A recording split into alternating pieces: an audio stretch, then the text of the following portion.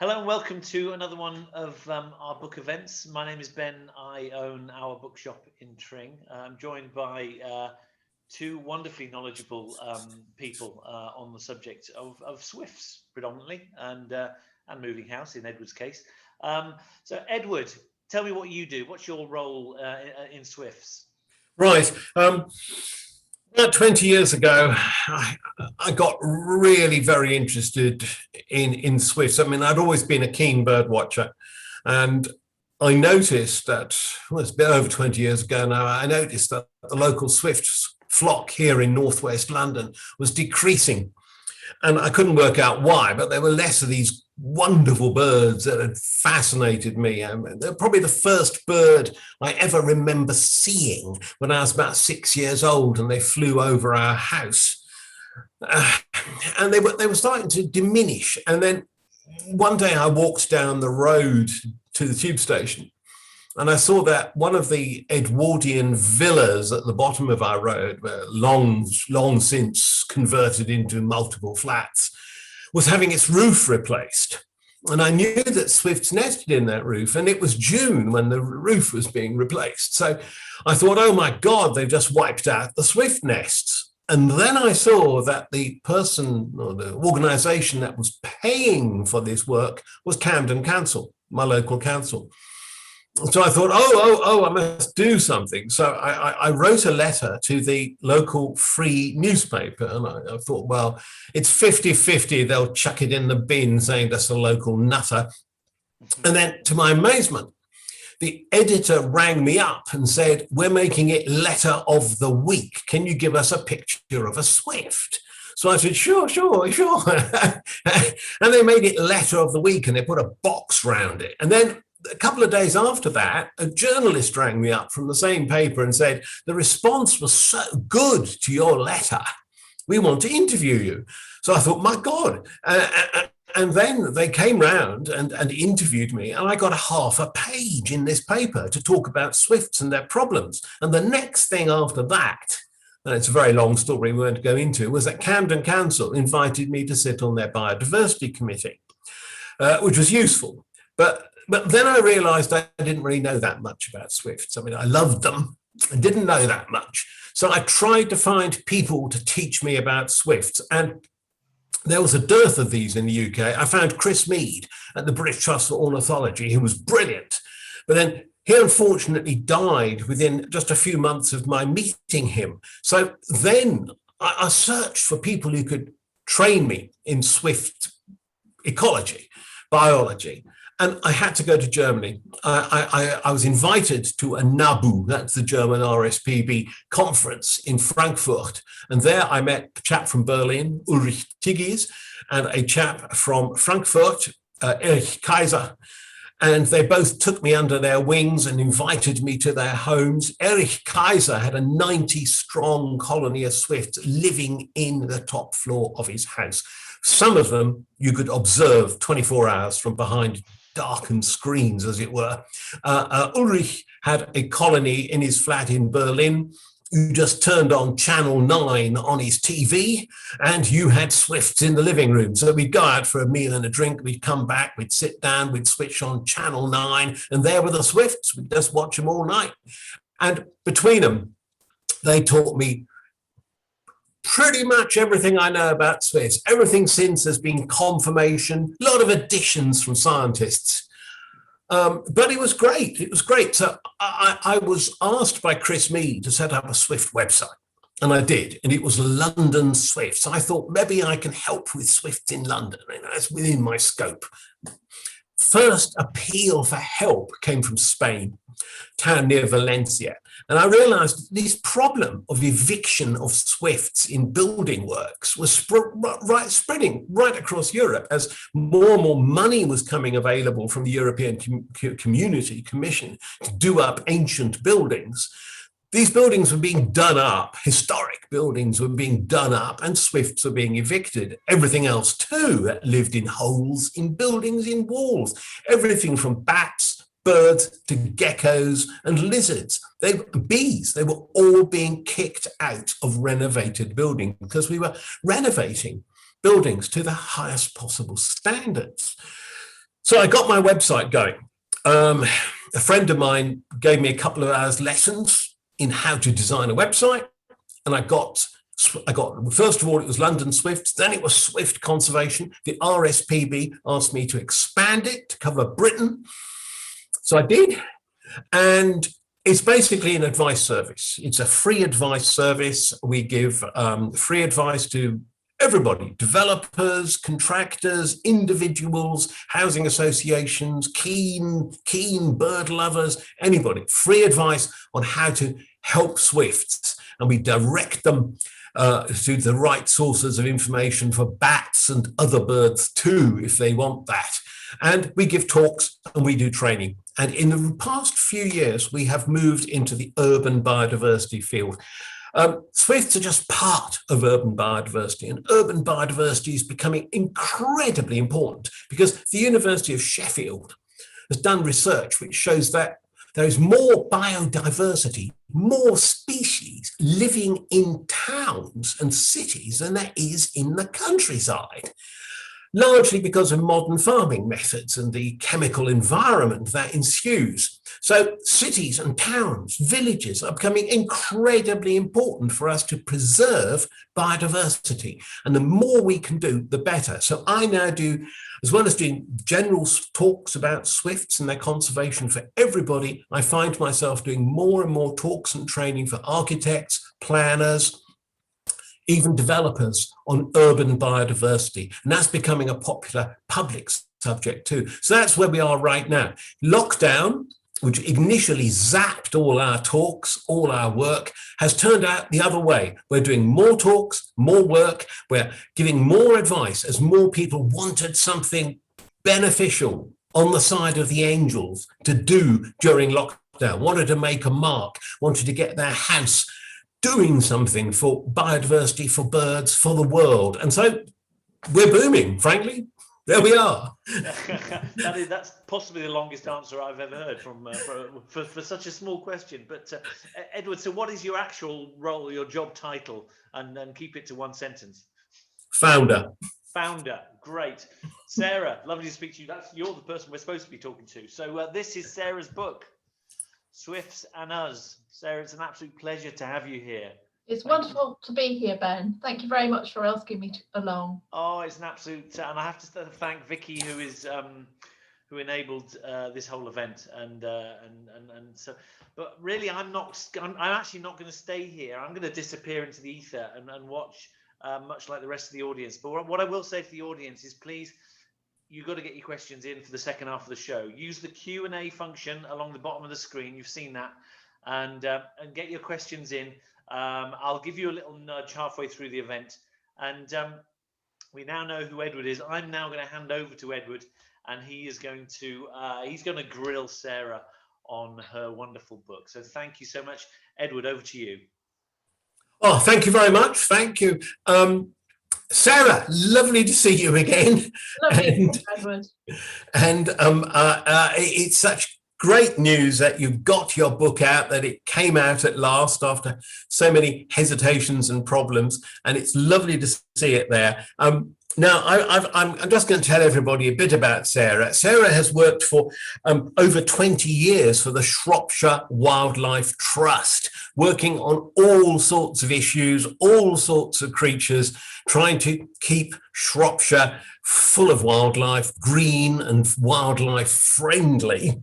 And we met, I think it must be about 15 years ago now, when I went to give a talk in Shropshire, and Sarah sort of fell in love with swifts. I think that's fair to say, isn't it? And got keener and keener and keener on swifts and started wanting to do more things for them. But when did you get the idea for the book? Well, like so many people, it was actually something good that came out of something bad. In that I had a year off at work because I was ill for a whole year, and then when I went back to work, I had to go back part-time. And I thought, oh dear, well, that's kind of me. That's the end of me. And I thought, well, no, that's actually quite a good opportunity to do something different. And it was then that I thought, yeah, I could actually write a book. And once I thought about writing a book and writing a book about swifts, I never looked back. I knew I could do it. And it took me a long time, but it was 5 glorious years of research and meeting wonderful people. And I do want to say Edward was incredibly helpful to me in writing this book. He helped me with lots of his contacts, and through him I met Swift champions all around Europe and the UK, and it just gave a whole new dimension to my life, exploring these birds and meeting all the people who loved them and cared for them in different ways. Everyone from the rehabbers who look after rescued swifts to the people who study them, people doing swift conservation in all sorts of countries, Italy, Spain, Switzerland, Northern Ireland. I had a wonderful time meeting all these people. Oh, that's really good. Yeah, I've noticed that in my travels around Europe, meeting swift people is really the highlight of it all. It just adds something. One can go to an historic building. I mean, my other great passion is architecture, and one can go to a historic building and then suddenly swifts burst out of it. Did you have that experience too? Oh, absolutely. And with say when I went to Switzerland, the first time I went to meet 2 swift champions, Marcel Jacquard and Bernard Jonton. And I went in December, so I knew there was no chance I'd see a swift. But meeting them, I felt as though I'd seen swifts because they were so excited about them all and spoke with such passion. In fact, I even, we had a holiday in Switzerland a few years later in the summer, peak swift time, went to see Bernard again. And he is a man who has a swift colony of 30, 40 pairs nesting on his house. And he'd waxed lyrical about them before and was so wanted to show them to us. So we were there in July and maybe June, July, and it should have been peak time, but we arrived in torrential rain and all the swifts disappeared off to Lyon because that's what they do. So these spectacular displays that Bernard told me about, I never saw there, but it really didn't matter because he gave such wonderful verbal descriptions. I felt as though I'd seen them, and I saw the places where I knew that they took place. And then lo and behold, I came back home, went over the border into Wales and saw an amazing swift spectacular, which was hardly what I expected over here. But yes, an old workhouse with a wonderfully thriving colony of swifts. Oh, lovely. Yeah. I always think that one of the best things about Bernard's swift colony is that it is surrounded by vineyards, and there is a wonderful vineyard sale place just down the road. I remember we went there, and I mean the food and the drink were magical, and then you sat out in a deck chair with swifts whipping over your head while you had another sip of the wine. This was almost heaven, really. And there was one vineyard owner who'd put up swift boxes on his vineyard, on his house, but he'd had them made out of the boxes that were used for his wine bottles. So that was really nice. Nice touch. Oh, excellent. I missed that. I've forgotten that. Yeah. Oh, no. Really clever. Yeah. Yeah. Recycling those boxes. Absolutely. Yeah. I think in Israel, they've even used old ammunitions boxes and turned them into swift boxes, which is a better use. Yes, I saw those too in Israel. And oddly enough, those boxes are all British, and they used to hold 105 millimeter tank gun ammunition. 2 rounds per box, and somehow the swift people in Israel got hold of hundreds of these boxes and converted them into swift nest boxes. Well, it's good to know that they had some positive purpose in the end. Absolutely. Yeah, in fact, I mean, people listening, you can make a swift nest box out of a claret box. If you go to someone like Oddbins or one of the wine warehouses like Majestic and get an old dozen bottle wooden claret box, you can convert that into a 2-decker swift nest box pretty easily. And if you want photographs on how to do it, just contact me through our website, Swift Conservation, and I will send you photographs on how to convert a wine box. Now, Sarah, where did you start with your book? I mean, you had a huge amount of information to gather. I mean, the amount of stuff you have packed in there is absolutely stupendous. How did you, I mean, I would have fallen over with my legs in the air at just thinking of how to organize it. How did you get started? Where did you start? And did you have a master plan? I've always been absolutely dreadful at master plans. It kind of evolved organically, but although obviously I had lists and lots of ideas. So it was a mixture of reading books and, as I said, meeting people. I was really keen to tell stories, and I don't want to put people off by making them think it's completely densely packed with information, because what I've tried to do is tell stories about the myths, the history, the whole life cycle, all the stories about the swift, stories about the people. I mean, just lovely things like when as many of you will know, there's a very famous book, the kind of gold Bible about swifts by David Lack, who studied the swifts in the museum tower in Oxford. And I went up into that tower with David Lack. Died a long time ago, but his son, who is also an academic in Oxford, he and his wife showed me, took me into the tower. So I went up all these ladders, much sanitized now, but they used to be perilous, wobbly wooden ladders, and now it's a much safer metal spiral staircase.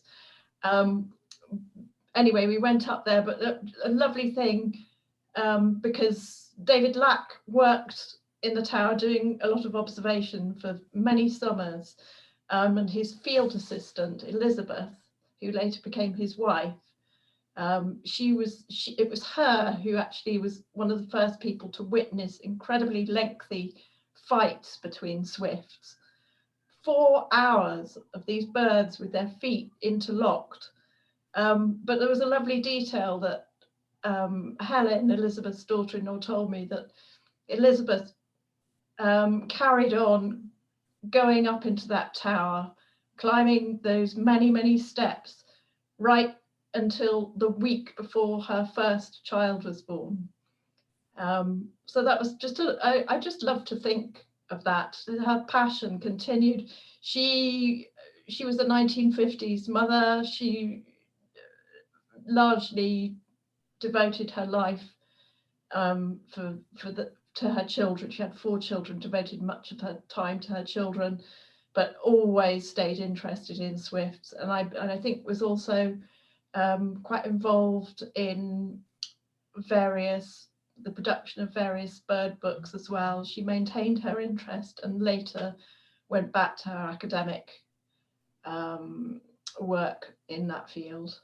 Yeah, I think it was a very tough time for women in the 1950s, actually. I remember my mother having a very tough time of it in all sorts of ways, having worked all through the war and then never working for years. There weren't any jobs, or they weren't allowed to do them. Yeah.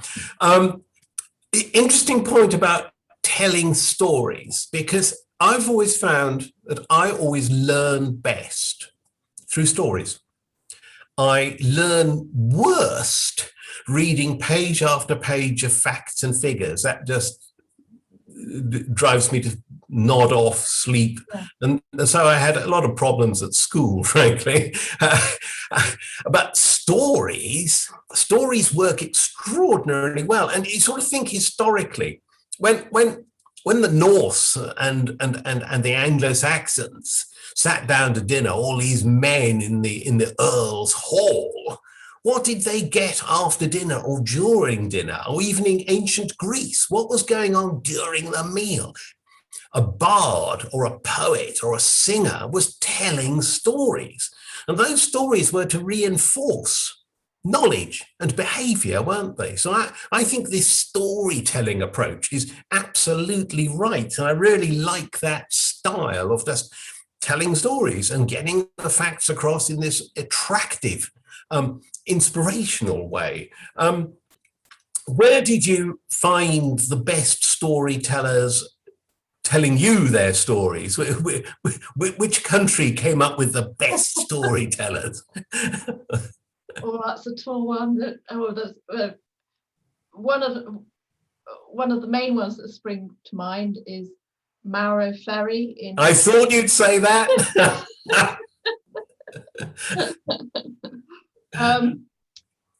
Mauro is a passionate advocate of swifts in Italy, and one of the things that he's done is work to try and save the old swift towns, which started off as fortresses, and they were, so you had fortified farms and great big towers out of which people could shoot arrows to defend themselves. But then when they no longer needed to do that, they got turned into swift towers. And the weird thing was, it's probably not really weird because I believe we were just as bad in a different way, they harvested a certain proportion of swift chicks and turned them into little fatty puddings.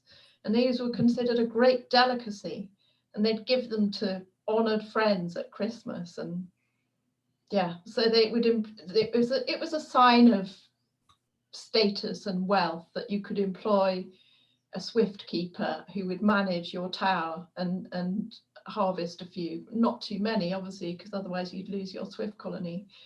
But just amazing to think that they did that. Anyway, but so Mauro has rescued a tower that had fallen into disrepair, and that has now restored a wonderful colony of, I don't know, what is it? Edward, remind me, I always forget numbers, but it's probably got, let's say, 100 pairs now. Yeah, I think it's about that. Yeah, yeah. Yeah.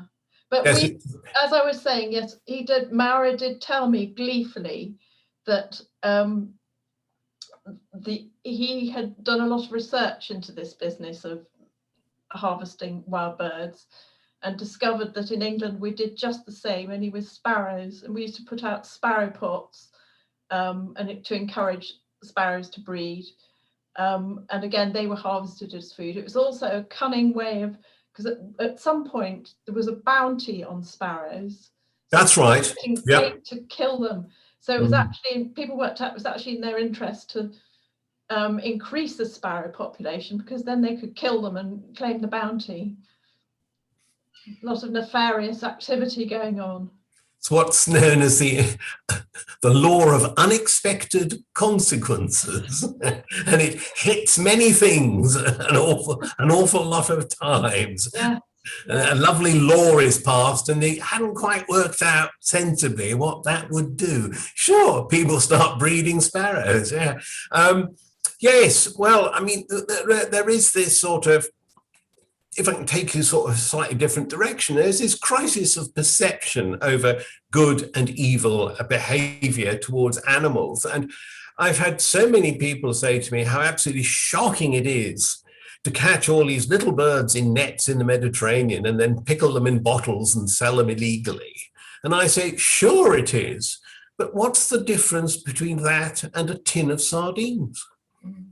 You've got 3 little fish that have been caught in a net and pickled in a tin. Well, they're fish and the other are birds, and they're all little lives. I think we ought to sort of broaden our minds as to what we're doing, and and avoid the value judgments. Did you find that with your study of swifts, people were making value judgments and valuing one bird remarkably over another to the detriment of one bird? Well, I have to say, I mean, even yes, in certain cases, there was this thing, there's so many people are incredible and understandably passionate about swifts, and I'm one of them myself. But some people were so passionate about swifts, they were almost praising them to the detriment of other birds. So it became house martins bad because they poo all over your car, whereas swifts good because they don't. And that was something that really wound me up quite a bit. Yeah, I can see that. Yeah, I was taken to this village in Italy, basically very old houses, probably 16th to 18th century cottages made up most of the village. And they were sort of in a continuous line, a sort of terrace of cottages, you might say. And huge house martin population, and they'd all wanted, I mean, the villagers had wanted to get rid of the house martins, and the local biodiversity officer who took me there to see it, part of a conference, he brought down the forces of law on these people and said, no, you cannot hose down their nests, they have got to live there. And then he took me to see one lady who had made a really good job of it. I mean, she didn't particularly like the birds, but she'd planted a lovely herbaceous border right along under the nests, and all the poo was falling into the herbaceous border. And so the plants were like twice the size it would be otherwise. And I think there's all too often, there's a brilliant way out of these problems. And we just can't see it. Ways out, and people can put a little shelf underneath. I think Bernard had done that in Switzerland. He put shelves under where the house martins were nesting. Yeah, no one wants to have piles of crap everywhere. But having said that, I would love to have house martins nesting on my house, because they're the most delightful birds, and the chatter of them, you hear them. If they're outside your bedroom window, bubbling cheerfully, they've come from Africa to breed here, as they have done for millions of years. We need to give them their chance. They're struggling enough as it is. Absolutely. And I mean, in my biodiversity work, I came across this absolutely shocking statistic, which the government put out about, I think it's about the years 2017 to 2018, which said that 26% of the adult population of the UK was being prescribed psychoactive drugs for depression, anxiety, and sleeplessness. And to me, I mean, I have slept in houses with birds in the eaves, especially house martins.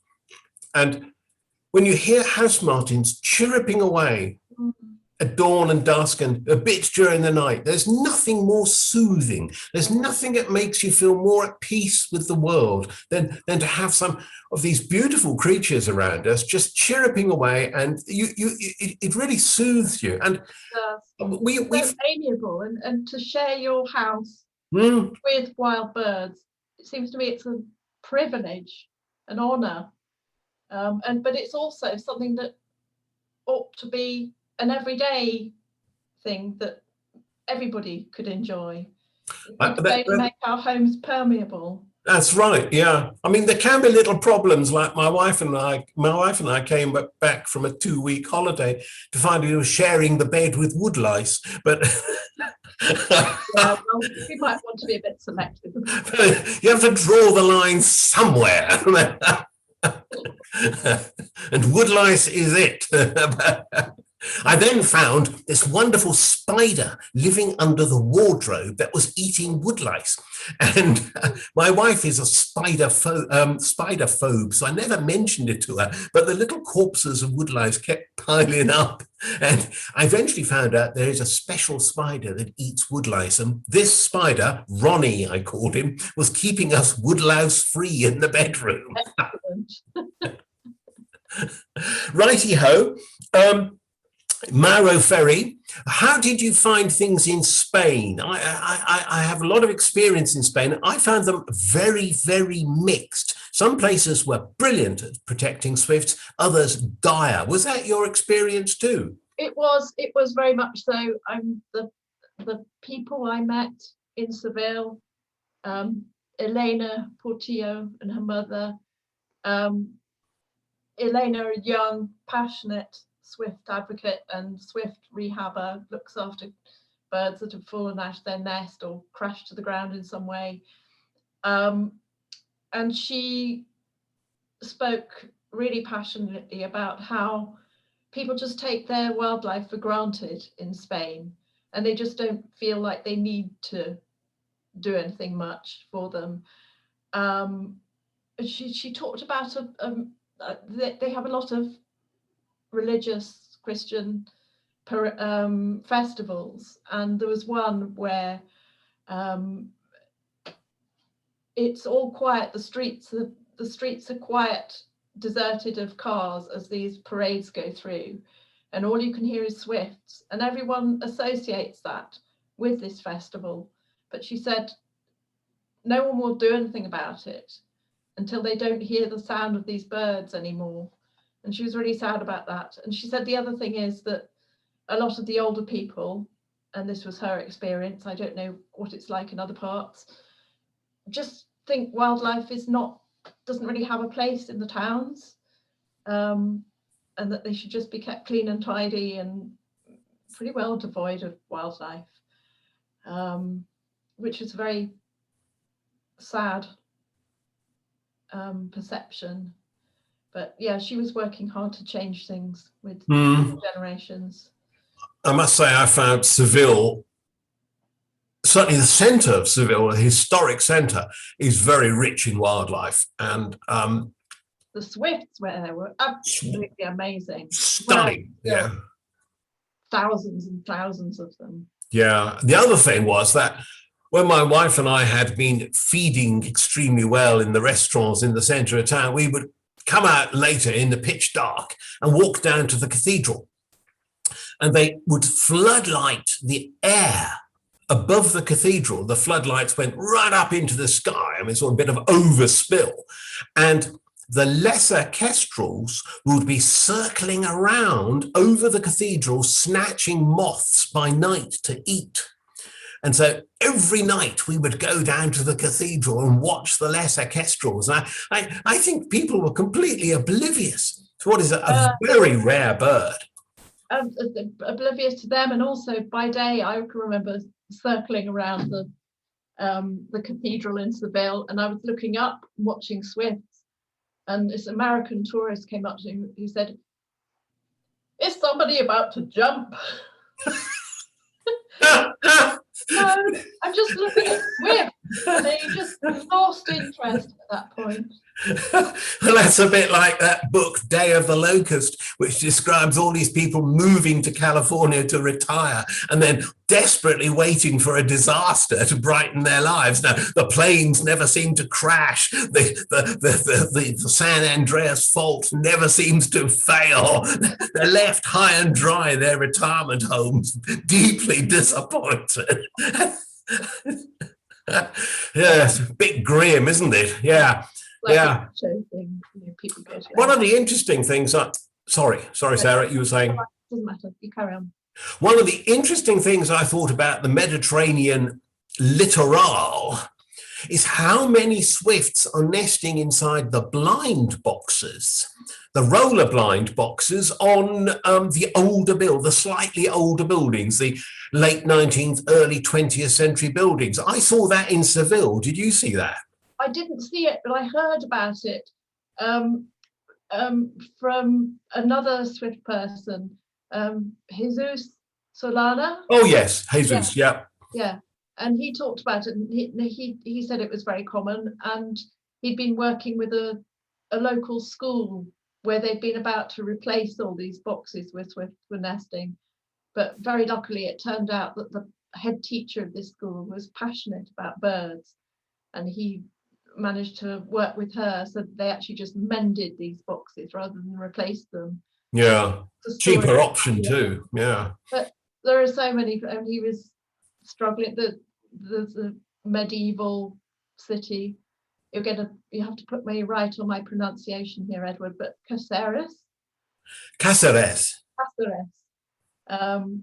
a walled medieval city, and full of swiftness in the rocks, and it was undergoing restoration, and despite many approaches from swift lovers, ecologists, they were refusing to accommodate the swifts in the restoration. Yeah, that is an appalling case. That is, Cáceres is a stunning town of Moorish Spanish architecture. The main square is a glorious confection of these like adobe walls taken to a great height, and it had a huge swift population. And Jesus, when we had a mini swift conference based in Cáceres, Jesus took us to his brother's flat, which overlooks this main square, and we had the local press there, local radio there.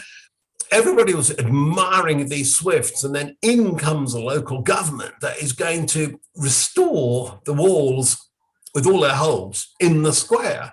And bear in mind, most of these holes are historic holes for putting scaffold poles in when renovating. And they just went ahead and blocked up all these holes without resisting huge international pressure, because I was helping to organize an international petition, all sorts of things. They just went ahead and did it. And now they've got a huge backlash from people in the town who are saying, where are our swifts? I mean, the short-sighted folly of doing more work than you have to, paying out more work, paying out more money than you have to, and then ending up with a result that gets you a bad reputation, gets you into the international papers, and gets you lots of enemies is, I think, sort of just a highlight of folly. But you saw it, I've seen it, it goes on. The thing is to stop it happening again. Now, do you think your book is going to help like that? How are you getting it out to the right people? Well, I wrote my book because I'm not very good at woodwork and making swift boxes and doing those sort of helpful things, but I did think maybe by telling stories I might get through to more people. Who knows? I would love to think that my book is read by people who might not have come across them before and might want to then try and do something to help them, because there are things that we can all do. There are various practical things that are coming on board. There's this again sounds like a really dull thing, but imminently there will be a British standard nesting brick, which will make it easier for developers to incorporate into buildings, because there's just going to be a series of guidelines about what sort of brick to put in. Manufacturers will be making them, and there's going to be a bird brick, but based on the swift brick, and it'll suit all different kinds of birds. So everything from swifts to blue tits to great tits to even house martins, bizarrely, have started using these nesting bricks. And so we're hoping that what it needs is for every new house in the country to have a nest brick in it. Every new dwelling should ideally have a nest brick, because we're losing so many holes through renovation, and because modern housing doesn't provide these opportunities, these chinks and crannies in the walls. They don't weather in the same way as they used to. So it is something that we really urgently need to do. Swifts have declined by, we reckon, 62% in the last 25 years.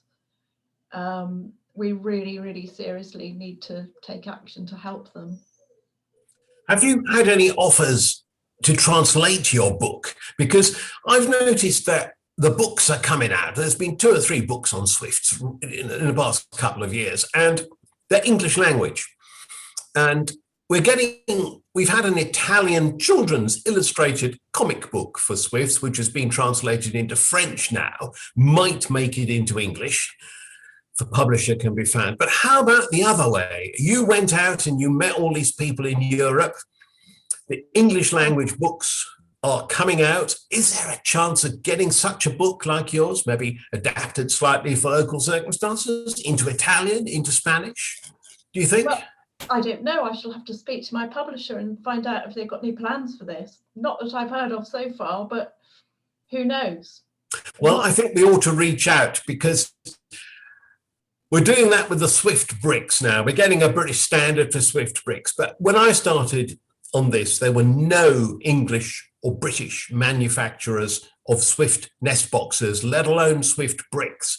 And now, 20 years later, we've got half a dozen, 8, maybe more UK and Irish manufacturers of Swift bricks and Swift nest boxes.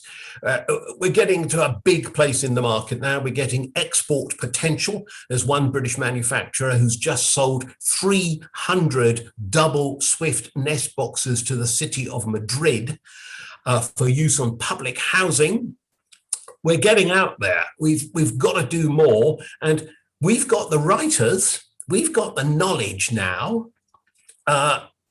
Maybe we can get the books out there and convince more people too. And by translating them, that might be a way. It would. That's a really good idea. I do know somebody who read my book had got a friend who was an architect, a prize-winning architect, and he said, I'm going to send him your book. And so, yes, that's the kind of thing that really gives me hope that it might actually make a difference to. Yep, absolutely. It's push, push, push, nag, nag, nag. I find in this game, you just got to keep at them, and absolutely. And if anything, they give in to get you off their back. But I mean, I've worked on building sites where they say, "Oh, it's him again. We'll pay 50 quid for a Swift brick just so we don't have to see you again, Edward." 50 quid though, they're not that expensive now. You should be able to get them for 20 quid or less. Exactly. If people start buying in bulk, the price will come down even further. So, well, I worked on this office building project, kitting out offices, converted Georgian buildings in Bloomsbury. They were lovely, and they were turning them into offices. And I was there at the site meeting when a huge row broke out because somebody had just ordered desk lights at £675 each. And my little request to get half a dozen Swift bricks in at a cost of about 500 quid for that entire installation was met with, we can't afford it. But frankly, you can afford it. I mean, it's putting in biodiversity additions into a building, especially built-in ones, is fail-safe, needs no maintenance, costs very little compared to everything else on the building.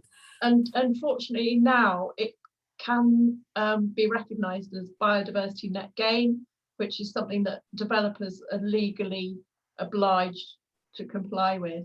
Aha, tell us more. I can only tell you a little bit, but builders are obliged to, when they build a housing estate, Yep. have to provide some kind of habitat. Yep. Good habitat, whether it's planting trees, hedgerows, bit of a meadow, but installing nest bricks is also something that they can do that's a recognised valid contribution. That's good, because I think one organisation calculated that we need 20,000 Swift bricks a year installed here in the UK just to make up for the losses from the demolition and modernisation of older buildings and the loss of eaves gaps and gable gaps and holes in walls and what have you. That's absolutely right, yeah. Righty ho. Now, let's. Oh, you coming in, Ben? I am, yeah. No.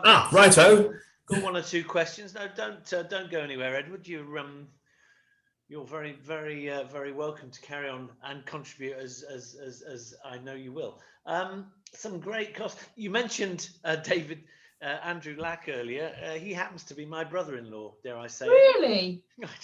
A weird coincidence. Helen, who you referred to as my sister, dare I say it. I've just been messaging Helen just to tell her that she's randomly being discussed.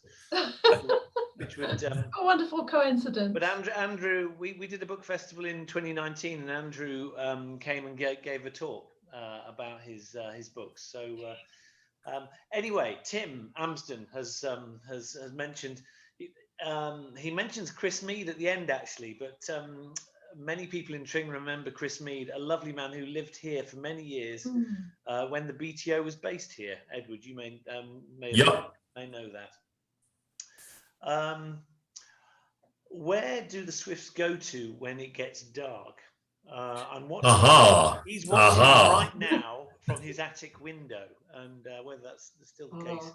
Okie dokie. I can give an answer to that one, which is the ones with chicks usually spend the night with the chicks. We can tell that from CCTV observations. They're all piled there, in there together in the nest box, and they're clambering over each other all night long. They seem to sleep fitfully. The ones without chicks ascend. They go up at night and sleep. If they sleep, we're not very uncertain about what sort of sleep they have. They spend the night on the wing very high up. We think they go into some sort of sleep. Now, people have speculated that they shut down half their brains at night, but the research for that was done on small perching birds, not swifts, and swifts are so radically different in every way from passerines, from perching birds. It doesn't necessarily hold good that's what they do. But we know they go into some sort of stupor, we think, because of observations during the First World War. It's a hell of a long time ago, but this French pilot went up in one of those canvas aircraft in the First World War to do some night reconnaissance by moonlight over the German lines. And he descended slowly through a flock of birds. He could see them. And when he got to the ground, his ground crew found several swifts clinging onto the canvas fuselage of the plane, and they appeared to be sleepy or asleep.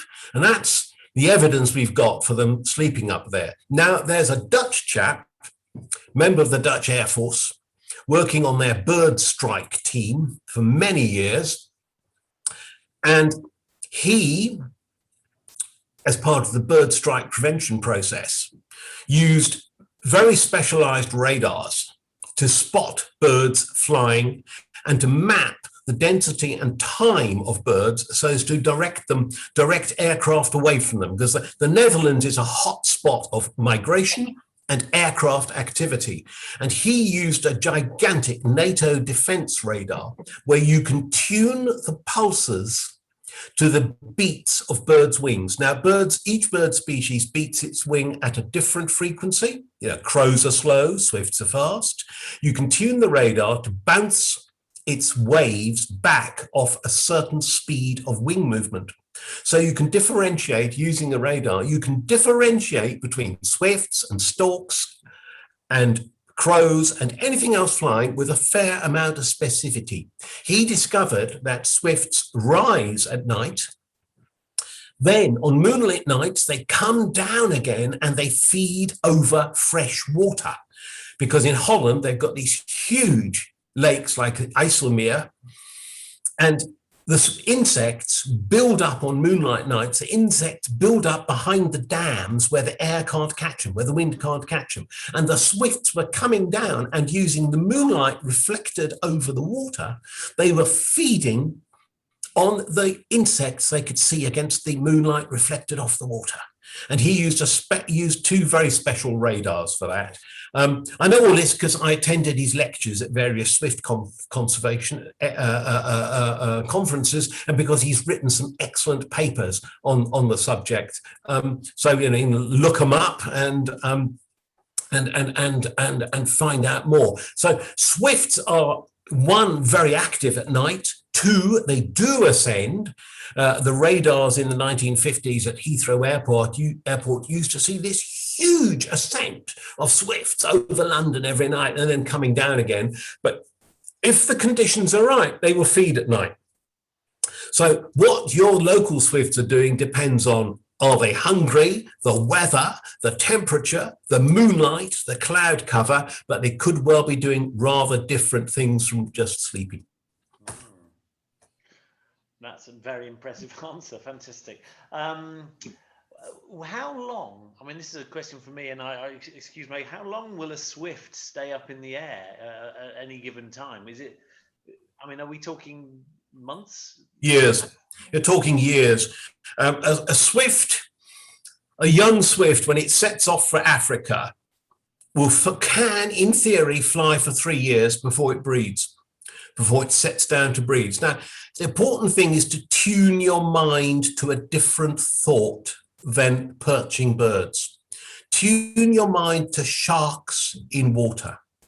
We've been taught that sharks must swim continuously because they don't have a swim bladder, and they've got to get the water past their gills to oxygenate themselves. Now, sharks are beautifully attuned with all sorts of wonderful hydrodynamic features to almost effortless swimming in water. And if you think of the air as a liquid, swifts are tuned with incredible aerodynamic, high efficiency, low energy cost flying features to fly continuously in the air. They are safest in the air. On the ground, a swift is in trouble. It can hardly walk. It has a certain amount, and this is very fit, can have difficulty getting off the ground, especially if it falls into plants like brambles. They can get off a flat surface perfectly okay, just whoosh like that. But a swift that falls onto the ground is often a swift already in trouble. So swifts are built to fly continuously, and they are safest high up in the air. There's very few predators that are going to operate at thousands of feet. I've seen swifts on migration in the USA at 8,000 feet, flying through a blizzard, flying into a blizzard. I mean, they are tough, tough, tough. And there were no predators around 8,000 feet in a blizzard. And it's the same thing here. They are just so safe in the air until aircraft came along and sucked them into their jet engines. There was nothing up there that could harm them. Yes. Vicky Duxbury has asked a question: what can we do to engage estate agents who promote properties as ones to be ripped apart and done up, especially properties which may have been lived in by an elderly person, so the roof hasn't been modernized yet? Sarah, is this a sort of a topic that you've covered in the book? I've not covered the subject of estate agents, but it's more about getting to roofers and builders. And there's also a bit of I think some people are becoming familiar with the idea of hedgehog highways and the need to put holes into fences. Well, we're quite keen to promote the concept of swift streets. It's just about raising awareness and making people realise that for all our sakes, for people who live in the streets, for the birds themselves, we need to accommodate them. They are the most aerial of birds. They require so little of us, but the one thing they do require of us is a place to make their nest and breed. It's a very simple thing. We can do it. And there are lots of simple ways of, when you do restoration, of making it swift friendly. There's loads of information on Edward's website and Action for Swifts. There are lots of places you can find out the information, but it is possible to do it. But we need people to want to do it and carry it out. Yes. I think one way is to give all your local estate agents a copy of this book. They might read it. I can't comment on. I don't know if I think actually approaching roofers is I think the right way, because I mean, in the end, estate agents aren't the ones going to be doing the work, are they? So. No. They might sell the place as having it's got Swift. You never know. I mean, at some point, people will be asking for biodiversity. Fashions can change in a jiffy. I'm seeing I'm seeing, well, did you ever think G-plan furniture would come back? But bingo, it's now a much sought after item. And did you ever think that apricot coloured miniature poodles would come back from the 60s? But here they are. So people might say they don't want the decking in the garden. They don't want the front garden covered over with concrete for the car because they're not going to have a car. They might say they want wildlife in the garden. They're starting with the hedgehog highway. It might all change in the next 20 years. You never know. And in fact, I think I have heard that there was an estate agent somewhere in the UK who was particularly promoting hedgehog-friendly properties. That's excellent. And in Aldeburgh, the local estate agent in Aldeburgh, I was shown a photograph, is advertising. It's got a little model house in the window with little Swift boxes on it, advertising putting Swift boxes on your house.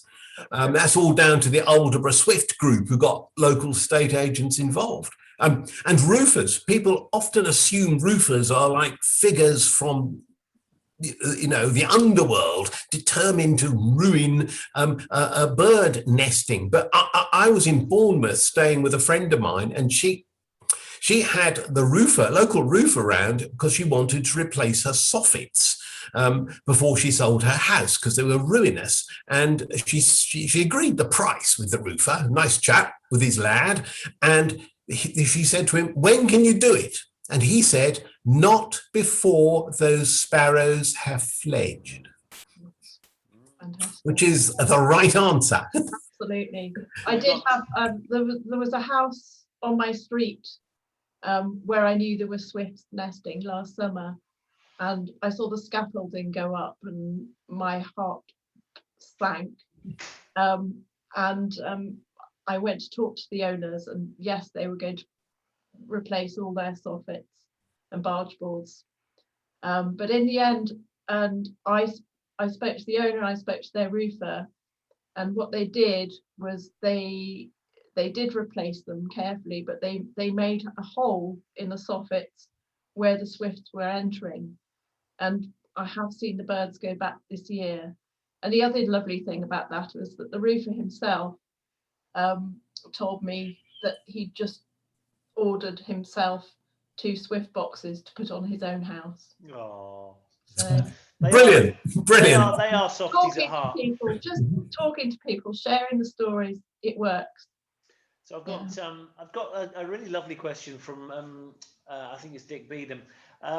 25 years ago, he had a swift nesting in a house most years in Pinner. One very rainy tea time, he saw one on the ground below the nest hole. We got a ladder out and put the bird back in the nest hole. Was that the right thing to do? I'm not sure now, but swifts stopped using the nest site after that, but they don't live there anymore. So was that the wrong thing to do, to put the bird back? Depends what stage of its life it was. I mean, if it was